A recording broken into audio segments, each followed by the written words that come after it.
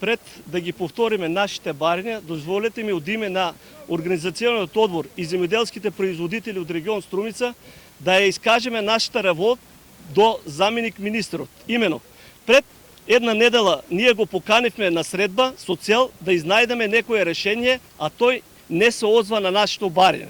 Меѓутоа, сведоци сме сите дека вчера тој дојде во институција која нема ниту грам дел за да ги решава земјоделските проблеми, згора на тоа ги свика сите трговци од регионот, дали да ја диктираат цената или нешто друго, тоа нас не интересира, меѓутоа не интересира зошто кога дојде во нашиот регион не беа поканети представниците на земјоделците за да се соочиме со него и да ја искажеме нашата револтираност пред се од ниските откупни цени на стартот од овогодинешното производство.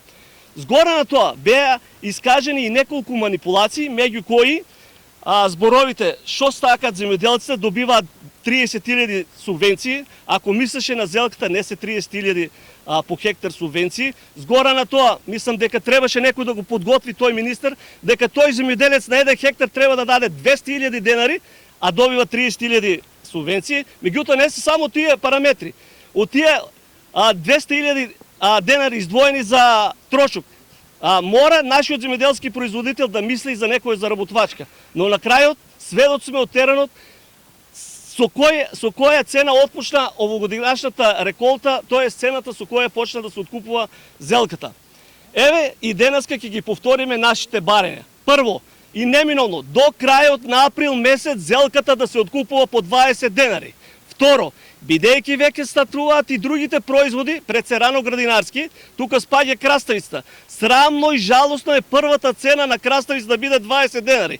И тука апелираме барем 35 денари да се откупува и овој производ. Друго, стартот на лутата пиперка. Стварно занемарливо и подценувачки за нашите земјоделски производители, 2 денари по парче. Ако се само малку присетиме на година или две по-уназад, сведоци сме дека овој период се откупуваше 10 до 15 денари. Затоа апелираме до надлежните институции, ако не можат сами да го решат проблемот, пак ги повикуваме. Еве ние пак ќе го повториме нашето барање. Во најкраток временски период, утре или задутре, да дојдат на лице место овде во нашиот регион, да се седне на маса, да ги соочиме проблемите и колку толку да најдеме решение за овој изнамачен земјоделски производител. А ако не дојде до средба и реализација на истата, ние ќе продолжиме и понатаму со активностите.